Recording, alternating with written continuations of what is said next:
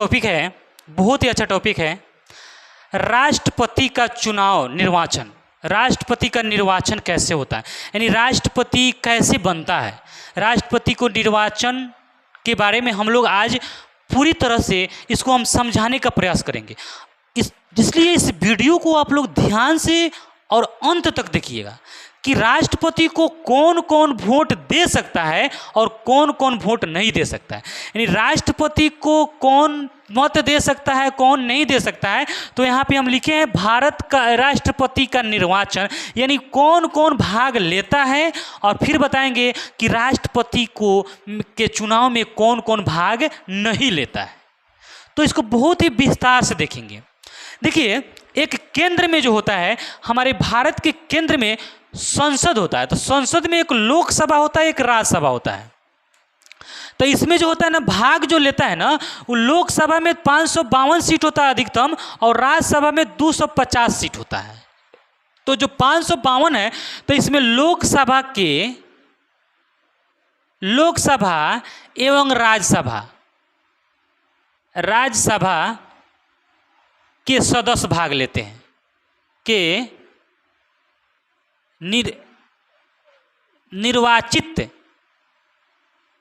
निर्वाचित सदस्य भाग लेते हैं। निर्वाचित सदस्य भाग लेते हैं। मतलब समझिए, लोकसभा में 552 को सीट होता है और राज्यसभा में 250 सीट होता है।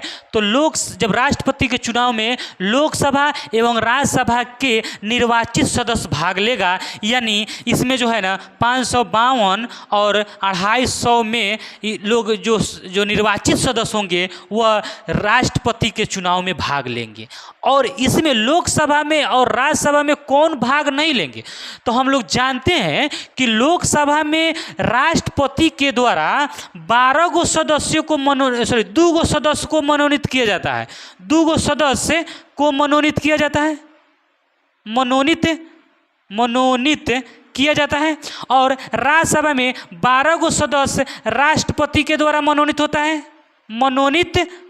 है। तो जो ये मनोनीत सदस्य है वह भाग नहीं लेता है, यानी लोकसभा में और राज्यसभा में जो राष्ट्रपति के द्वारा जो मनोनीत सदस्य किया जाता है, जिसमें सदस्य को जो मनोनीत किया जाता है, वह राष्ट्रपति के चुनाव में भाग नहीं लेता है। तो इसको हम लोग समझ गए कि कौन भाग लेता है। तो लोकसभा में तथा राज्यसभा के निर्वाचित सदस्य भाग लेता है, लेकिन लोकसभा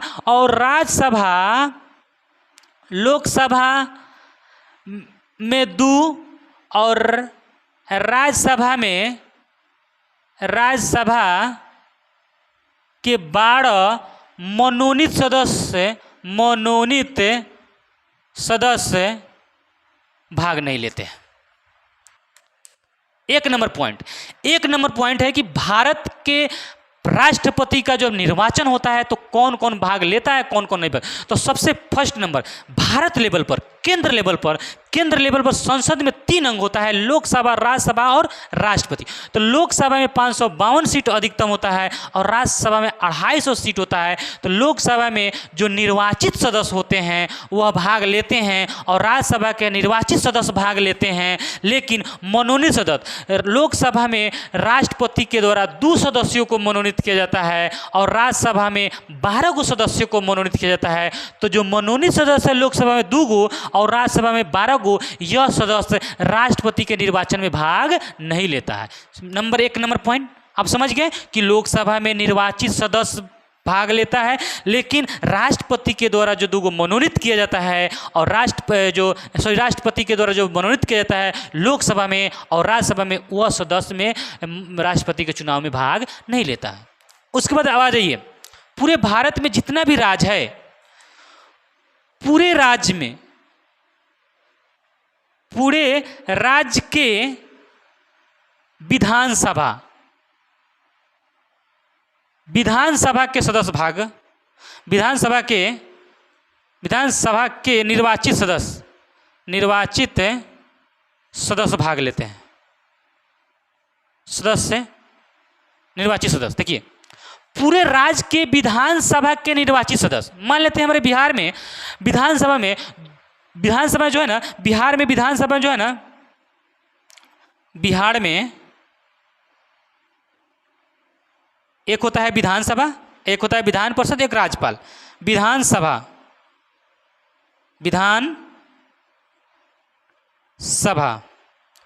एक होता है विधान परिषद, एक होता है राज्यपाल। तो यहाँ पे विधान परिषद में 243 को सीट है बिहार में, विधान परिषद है तो विधानसभा के सदस्य भाग लेगा, पूरे राज्य के विधानसभा के सदस्य भाग लेगा, लेकिन विधान परिषद के सदस्य भाग नहीं लेगा। और यह विधान परिषद होता है, सभी राज्यों में नहीं होता है, 5 गो राज्य में विधान परिषद होता है, सभी राज्यों में विधान परिषद नहीं है, तो विधान परिषद के सदस्य भी भाग नहीं लेता है, सिर्फ और सिर्फ पूरे राज्य के विधानसभा के सदस्य भाग लेता है, ठीक है ना।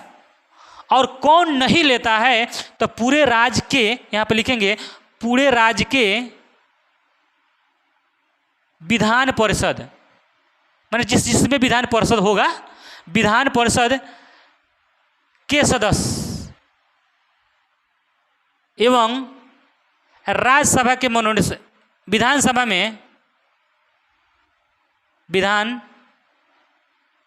में मनोनीत सदस्य भी भाग नहीं लेते। अब देखिए, पूरे राज्य के विधानसभा के निर्वाचित सदस्य भाग लेगा, लेकिन पूरे राज्य के जो पूरे राज्य नहीं, 4-5 गो राज्य में विधान परिषद है, तो उस विधान परिषद के सदस्य भाग नहीं लेंगे, अब प्लस विधानसभा के मनोनीत सदस्य भी भाग नहीं लेंगे। जिस तरह से इस लोकसभा में मनोनीत सदस्य भाग नहीं लिया था, उसी तरह विधानसभा में जो एक सदस्य को मनोनीत किया जाता है, वह सदस्य भी राष्ट्रपति के चुनाव में भाग नहीं लेता है। उसके बाद में जो है ये हो गया। इसके बाद में भाग लेता है कौन?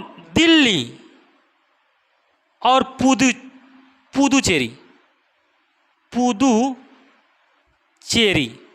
दिल्ली और पुदुचेरी के विधानसभा के केंद्र शासित प्रदेश होता है, विधानसभा के निर्वाचित सदस्य भाग लेते हैं। निर्वाचित सदस्य मतलब देखिए 9 गो केंद्र शासित प्रदेश है ना, 9 गो केंद्र शासित प्रदेश, जिसमें 2 गो जो है दिल्ली और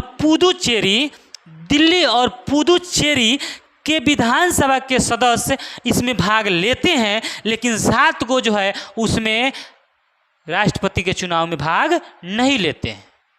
तो इसमें जो है इसके अब नहीं लेते कौन है, और केंद्र शासित प्रदेश में राज्यपाल होता है, उपराज्यपाल होता है, वह राज्यपाल भाग नहीं लेता है। राज्यपाल एवं उपराज्यपाल भाग नहीं लेता है। राज्यपाल भाग नहीं लेगा और उपराज्यपाल भी भाग नहीं लेगा। और अगर किसी भी राज्य का विघटन हो जाए, अगर राज्य का विघटन होने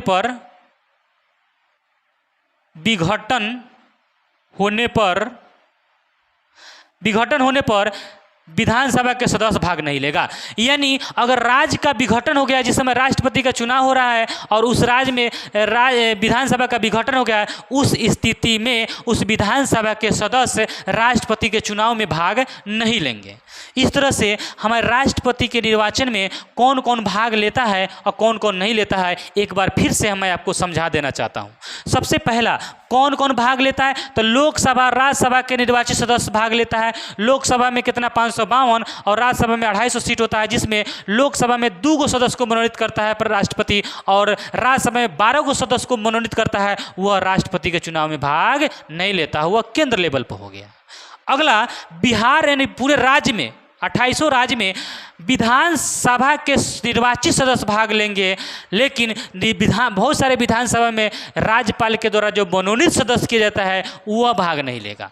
तो यहाँ पर लिखा हुआ है पूरे राज्य के विधान परिषद और 5 गो राज्य में विधान परिषद जो होता है उसके सदस्य भी भाग नहीं लेता है और मनोनीत सदस्य भी भाग नहीं लेगा।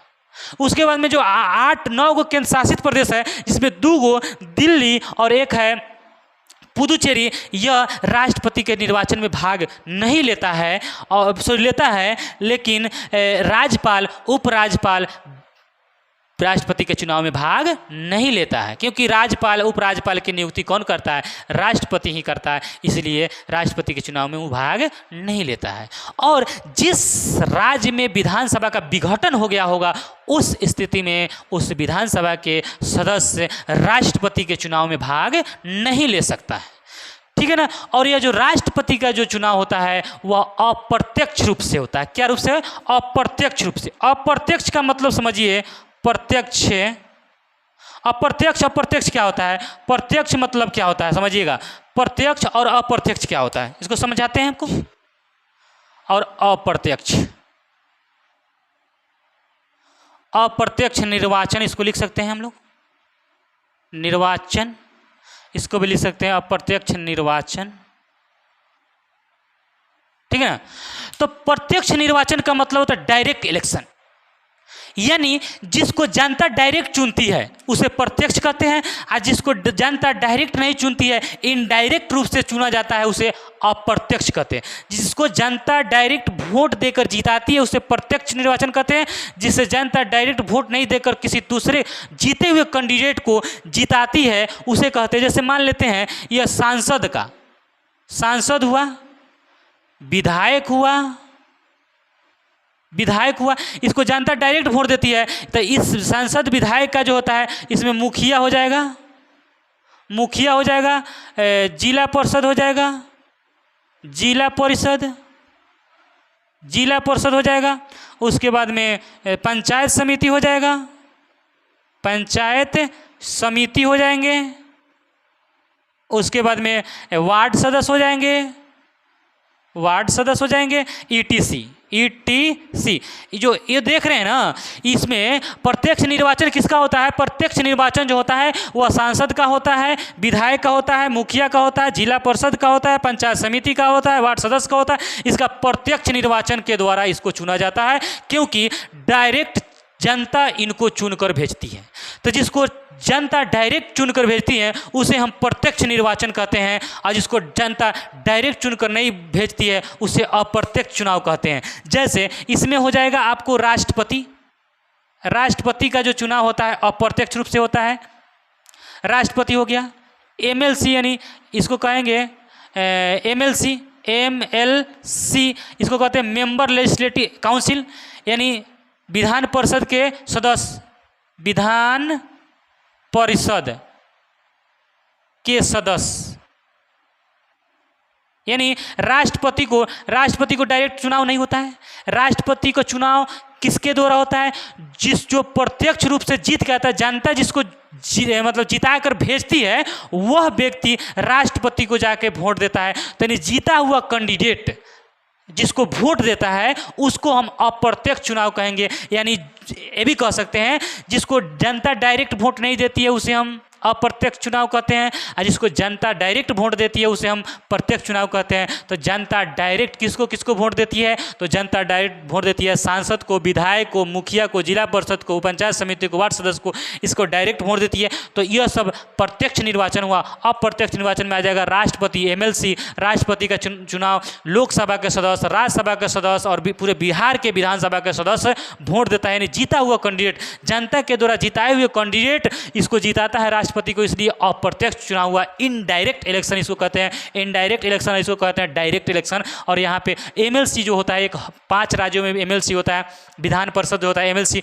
इसका फुल फॉर्म होता है मेंबर ऑफ लेजिस्लेटिव काउंसिल, और विधायक को कहते हैं एमएलए कहते हैं। क्या कहते हैं? एमएलए। इसको कहते हैं member legislative assembly, member of legislative assembly. इसको कहते हैं एमएलसी मतलब मेंबर ऑफ लेजिस्लेटिव काउंसिल। ये बिहार विधानसभा के अध्यक्ष सदस्य होता है और यह बिहार विधान परिषद के सदस्य होता है। इसका एमएलसी का फुल फॉर्म एमएलसी, एमएलए और एमएलसी। एमएलए को विधायक कहा जाता है, विधायक होता है। एमएलए क्या होता है? विधायक होता है। इसको कहते हैं मेंबर ऑफ लेजिस्लेटिव असेंबली, इसको कहते हैं मेंबर ऑफ लेजिस्लेटिव काउंसिल, ठीक है ना। इस तरह से इसका चुनाव होता है, प्रत्यक्ष चुनाव। तो राष्ट्रपति का चुनाव आपसे पूछे कि राष्ट्रपति का चुनाव कैसा चुनाव है, तो अप्रत्यक्ष निर्वाचन चुनाव है। इस तरह से हम लोग समझें कि राष्ट्रपति का चुनाव कैसे होता है और राष्ट्रपति को कौन कौन वोट देता है। ये अगर यह वीडियो अच्छा लगा होगा तो इसे लाइक करिएगा, सब्सक्राइब करिएगा तथा दोस्तों के साथ शेयर करिएगा। जय हिंद, जय भारत। अगर वीडियो अच्छा लगे कमेंट जरूर कीजिए और मैं इसी तरह के वीडियो एक एक टॉपिक पर वीडियो लाऊंगा और आपको समझाने की कोशिश करूंगा। इसी के साथ मैं इस वीडियो को समाप्त करता हूं। जय हिंद, जय भारत।